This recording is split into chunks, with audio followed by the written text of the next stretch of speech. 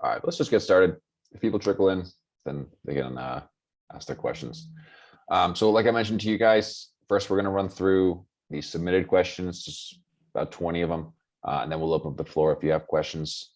Please send those in through the Q&A rather than the chat if you do have questions, and we'll get through this pretty quickly. So first one that we have submitted here is, what if I can't attend the webinar during the hours offered? We do record these. So the recordings are published on the site. You can review prior ones, whatever you need. So don't worry about that. Next here, do the royalty rates ever change for a particular song? What ongoing fees are charged by Royalty Exchange when distributing the royalties? Rob, you want to talk about that one? Yeah, so if we're talking about public performance royalties, so ASCAP, BMI, they have different algorithms and licenses, and those do get updated from time to time. So the rates that they're collecting from the licensors or the licensees could change. You may have seen that the mechanical royalty rate for streaming services is under review. That actually gets updated every 5 years. You can kind of read a few articles about how that's going. Usually it's kind of a battle between the streaming services and the big publishers. So the actual underlying rates can change. As far as ongoing fees, when Royalty Exchange is distributing, we don't charge any administration fee going forward on quarterly payments or anything like that. You get exactly what we receive from the distributor for the royalty stream that you own. Awesome. Next one, what type of due diligence does Royalty Exchange perform? Rob? Yeah, so what we do is when a seller comes to us with an interest in selling their royalty stream, we do a couple things. We verify that they are who they say they are, that they own what they say they own, and that they have the ability to transfer that. So what that means is we do a check on the seller themselves for any liens, encumbrances, issues that might encumber their royalty stream. We connect directly with whoever is distributing the royalty payments to them and verify that their account's current, that there's no advanced balances, any other issues that could pop up going forward. And then we verify that they are able to assign their royalty stream, whether it be contractually or depending on what the term is of their deal, how long they're able to assign it for. So really kind of doing our own check on the seller themselves and then checking with the distributor to verify that the stream is assignable. Great. Next one here, how does this work? Pretty straightforward. Royalty Exchange is a marketplace for royalties. So investors come to the site and buy one of the catalogs available to collect the royalties associated with that listing, as outlined by the listing. Now, all the financials you see are specific to that entitlement. On the other side of the same coin, sellers come to us looking to sell their royalties. They have to be earning a certain amount, and we have to be able to work with the catalog, a couple different things to the due diligence that Rob was talking about. But if they're cleared to sell, then we post the catalog, you investors come and buy them. Very, very straightforward. Next one here, what are good tips to pick the right catalog? So we are not financial advisors, so we cannot, unfortunately, guide you into what is a good catalog for you. It really depends on what your strategy is as far as investment goes, and what portion of your portfolio you're looking to allocate towards royalties. Depending on your strategy, if you're looking a little bit more conservatively, people tend to gravitate towards the higher dollar age life of rights catalogs. Those tend to pay out a little bit more consistently. People looking for quick yield look for the younger dollar age catalogs that could still spike really high. So it really depends on what you're going for. Next one here is, please explain dollar age more. So the dollar age is essentially a metric we use to help to determine the consistency of earnings over time, but it's a bit more complicated than that, a bit more weighted. So I'll actually link our article on the dollar age in the chat here, so you guys can take a look at that. That goes into the formula for how we calculate the dollar age, what it means, how we weight it, things like that. But it's effectively a metric for consistency. So the theory is that the longer something has been around to collect its royalties, the more consistently it will earn those royalties. So typically we see a big spike at the beginning of the lifespan of IP, and then it drops off, and then it tails off. So the further along the dollar age you are, theoretically, the further into that tail you are. So it's going to be more consistent. So I'll link that in the chat. You guys can take a look. Next one here, how often is the auction updated, and do you partner with other label companies to include their music portfolios? We update the auction as needed. It's really up to the seller and what they want to do, whether or not we host an auction or just listing on the exchange. It also depends on what type of content it is. Typically, music assets will just go on the exchange.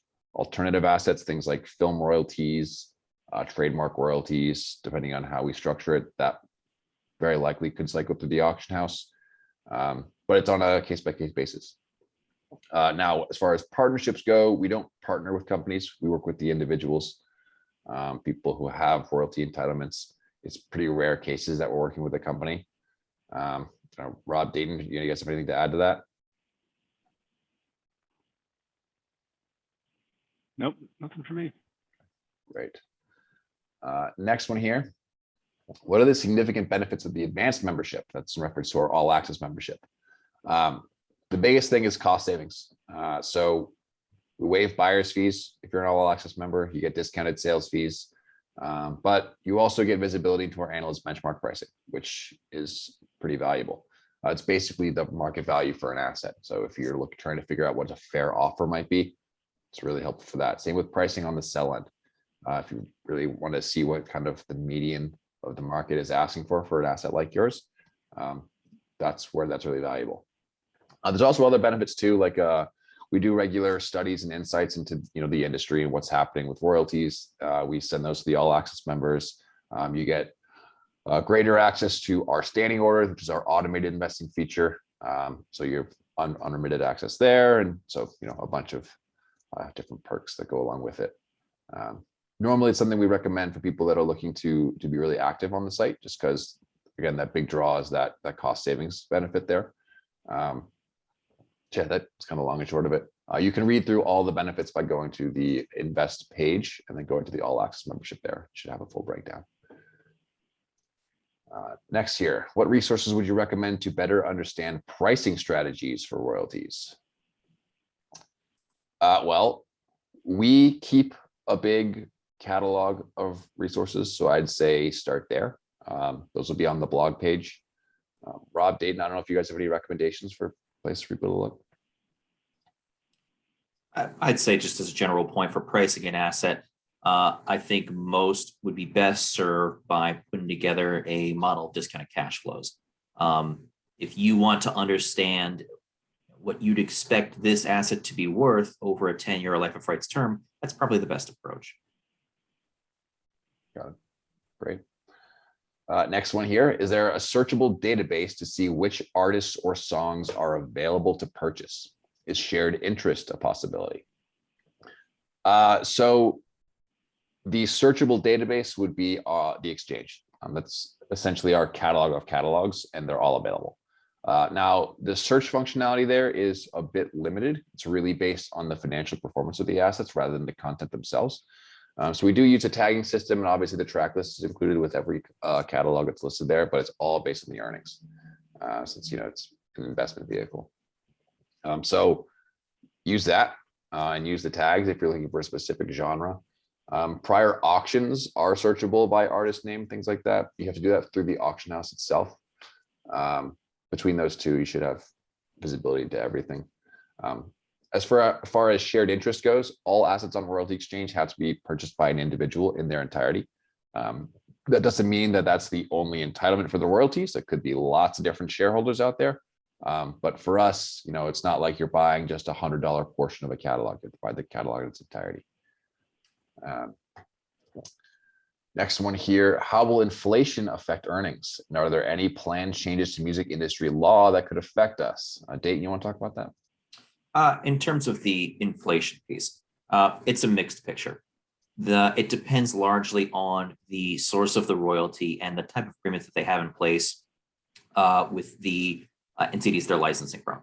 So, for example, Harry Fox distributes mechanical royalties. That's based on a fixed statutory rate. Now, that rate may be updated over time, and changes to that rate may account for inflation, but those are fixed payments. So over a certain period of time, you might see the value of the dollar increase or decrease. Those payments are going to remain fixed.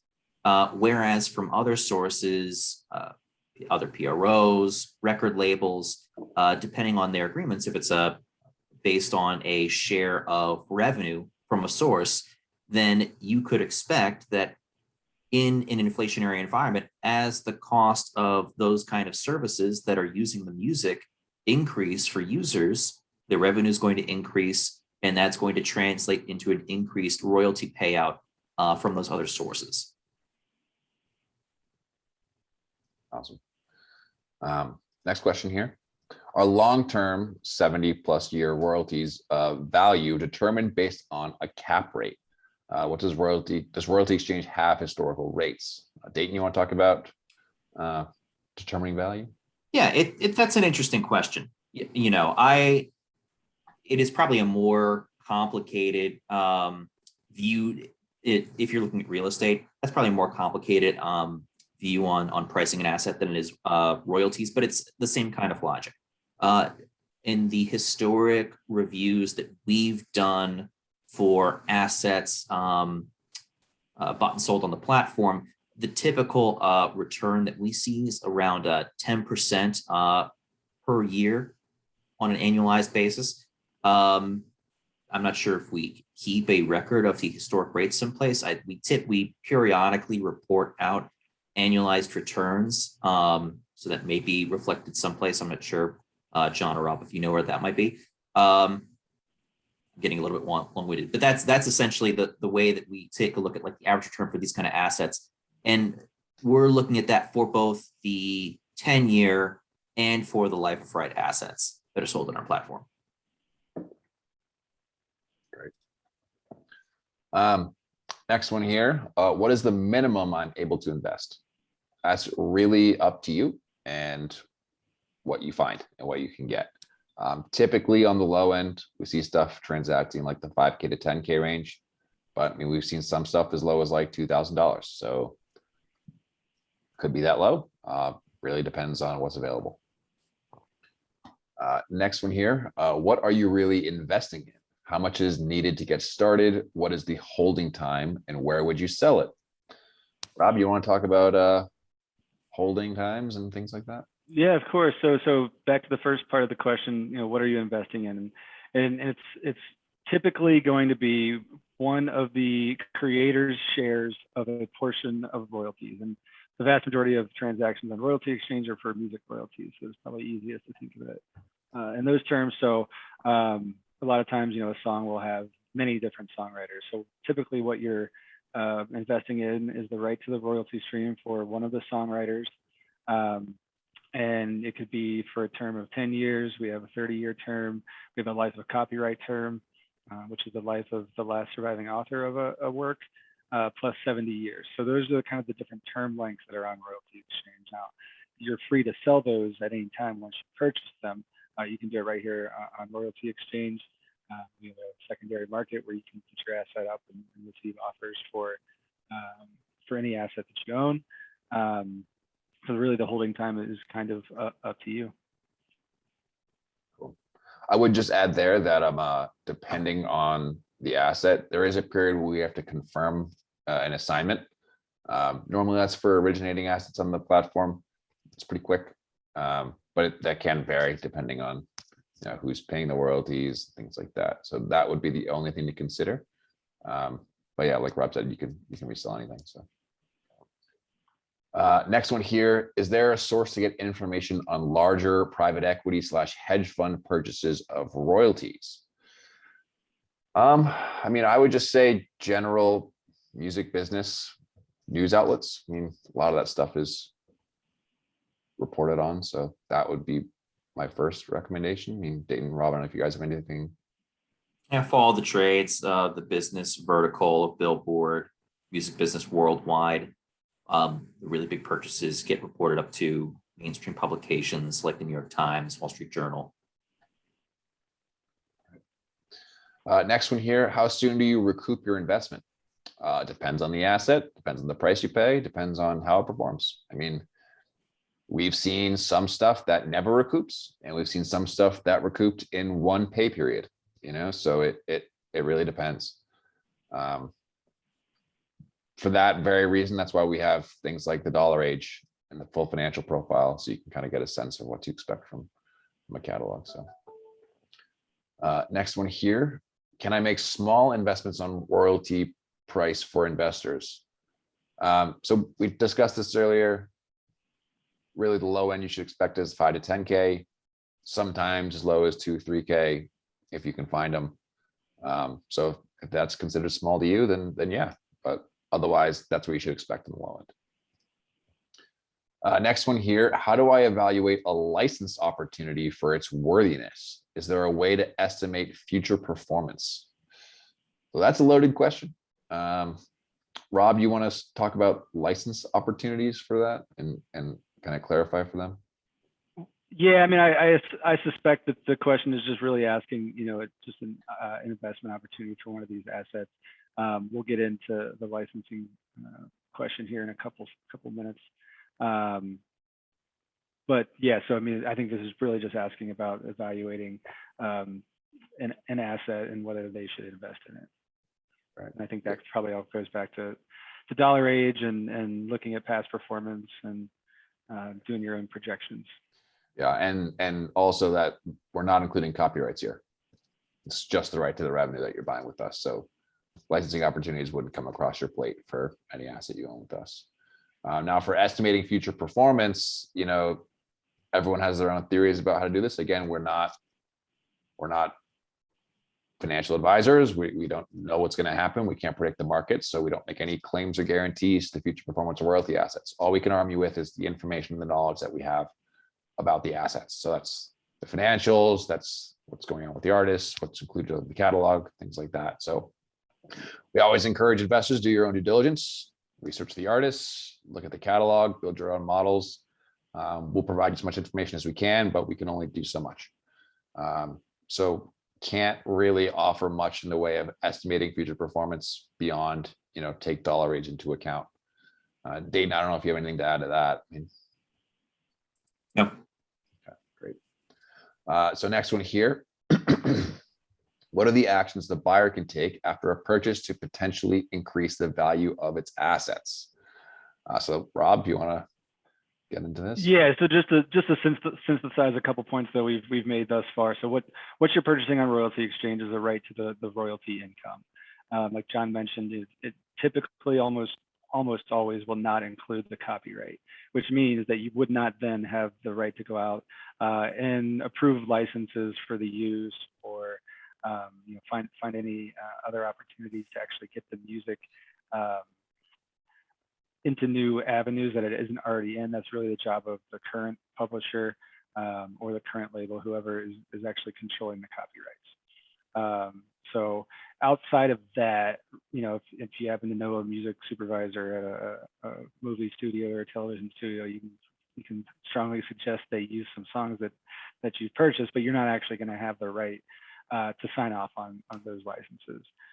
You can create a bot on Spotify to play your songs on repeat forever and earn about 3 or 4 cents maybe. But no, the key here is that you're investing in a passive asset. There are already entities in charge of licensing and monetizing that who has a vested interest in doing so. You're kind of investing alongside of them because when they go out and get these licensing opportunities, you're going to benefit, and obviously they will too. Right. Next one here, is there a specific strategy connected to investing in profitable songs? So we kind of touched on this earlier. Strategy is up to you and the kind of assets you're looking to put in your portfolio. If you're trying to figure out a risk profile, again, dollar age. Dollar age shows us how volatile the earnings are, and also take into account the financial history. Look at how it's been performing. Look at where the sources are coming from. So yeah, can't point to a specific strategy, but there's a lot of information to draw from. I don't know, Dayton, if you have anything to talk about there as far as strategy. We touched on this a little bit, I think, earlier in the conversation in terms of taking a look at different types of investment strategies for different types of tracks. And we also, I think, sort of got close to this in talking about dollar age too. But if you're looking to invest in quote unquote profitable songs, I'm going to sort of construe profit as value for the purposes of this conversation. You would want to take a look at assets that are listed on the platform that have higher dollar age and more consistent earnings. If you're taking a look at something that has been paying out at a consistent rate for a longer period of time, it stands to reason that it's likely to continue to pay out at a higher rate on a go-forward basis, right? And that's why those assets are typically more expensive because there is a higher probability of consistent payout over a longer period of time compared to these younger assets, tracks and catalogs that have a lower dollar age. Now, the trade-off there is if you're looking at something with a lower dollar age, it's likely going to be priced at a lower rate and have a lower multiple based on its historic earnings because it's much harder to predict what those future cash flows are going to look like because we have less historic information to go off of. A younger dollar age catalog or track has not established itself. Remains to be seen exactly what the listenership or the consumption for that is going to be in the future. But if you're taking a chance on one of those kind of assets now, it could be the case that young track that doesn't have a historic established track record becomes something that people are listening to at the same level 2, 3, 4, 5, 10 years into the future. So you're trading off that higher probability in increased payouts for a more expensive, higher dollar age asset for something that is cheaper with a lower dollar age, where you don't know if it's going to have a longer tail of distributions or if it's going to have a fat tail, which is characteristic of a lot of young tracks where royalties start paying out, track pops in popularity, quickly trails off. So it's a question of what's your risk appetite for how you want to take a look at these kind of tracks, and also how much you're willing to spend. How does this fit into your overall investment strategy? So the next one here, how long does it take to turn around a profit? I would say go back and listen to Dayton's answer just then, because the answer is it depends, and he pretty much tied it all up in a nice bow there. Next one, how do I get started? So as an investor, you first have to get verified. You probably would have already submitted your verification form if you're here on this webinar. If not, go do that. Once you get verified, just buy something. That's pretty much it.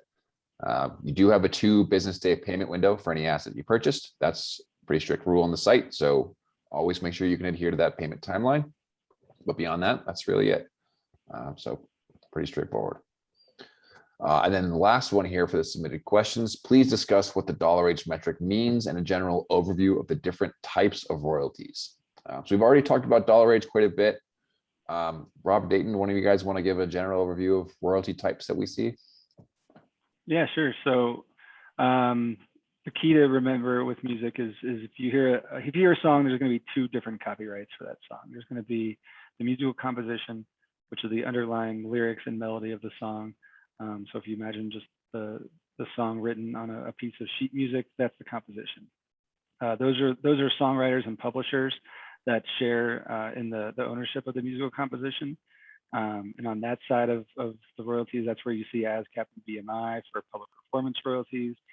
Then you'll see publishers collecting also public performance and mechanical and sync royalties. Some of the publishers you'll see are Sony, Universal, BMG. And then on the other side is the actual recorded version of the song that you hear, and that's called the sound recording copyright, or a lot of times you'll hear masters. And the folks that are on that side of the copyright are the actual recording artists themselves and then their labels.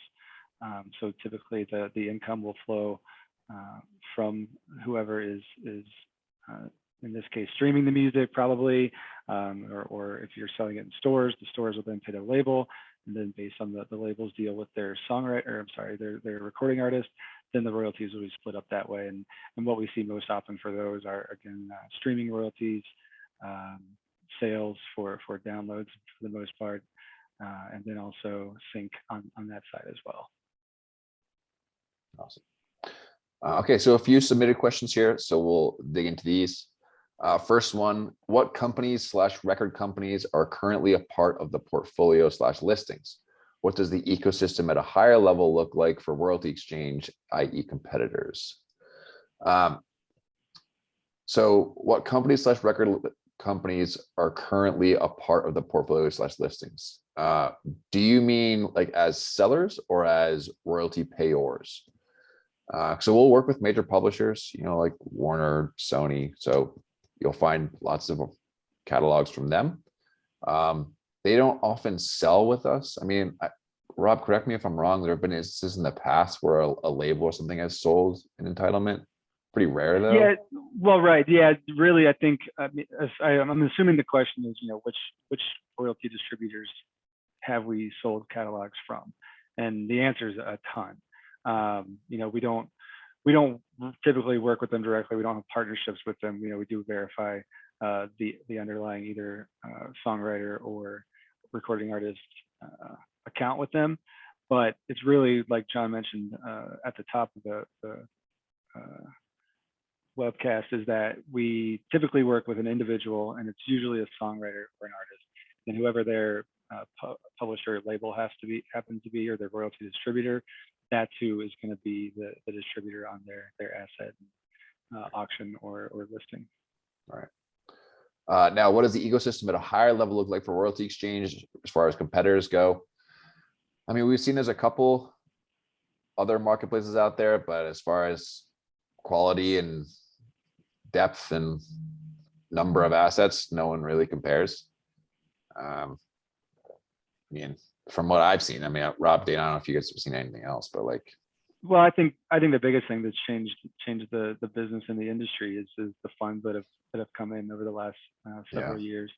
Really high profile catalog sales where they're buying copyrights of major songwriters, artists, things like that. You'll see the kind of eye-popping multiples and amounts of deals, which when we first started, 5-6 years ago, kind of the common notion in the music industry was never sell your royalties. And now, we've had all these high profile deals with high profile artists for the last few years. So it's becoming, more commonplace in the music industry, and actually seen as kind of a smart thing to do to leverage your past earnings to further your career or whatever financial goals you might have as an artist.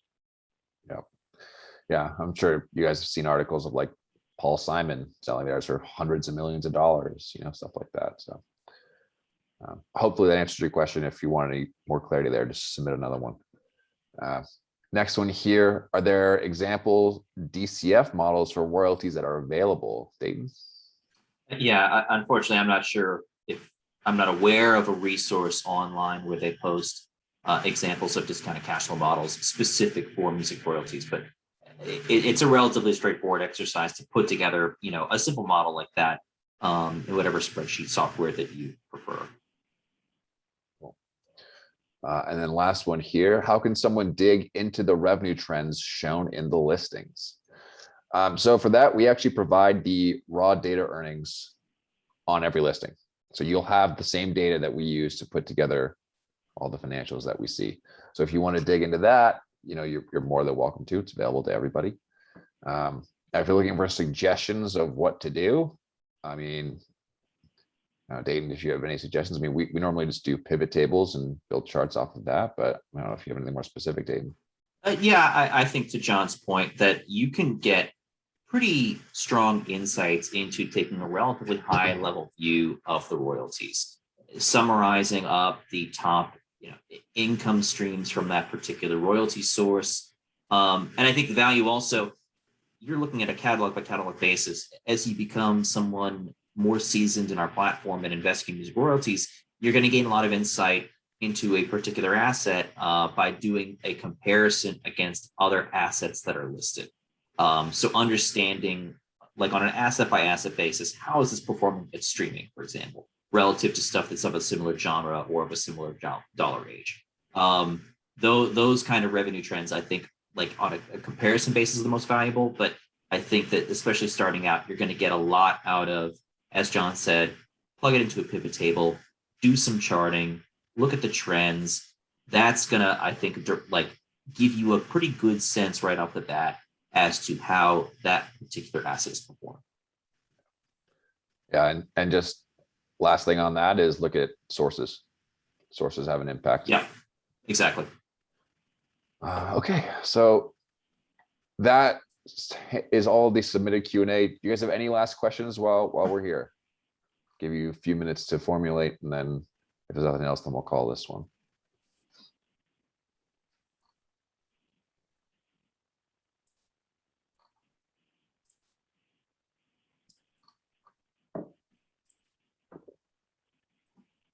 All right, looks like not.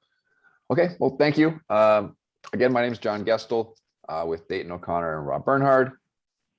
This will be posted, the recording, and we will see anyone who's watching this in January for the next one. All right, take care, everybody.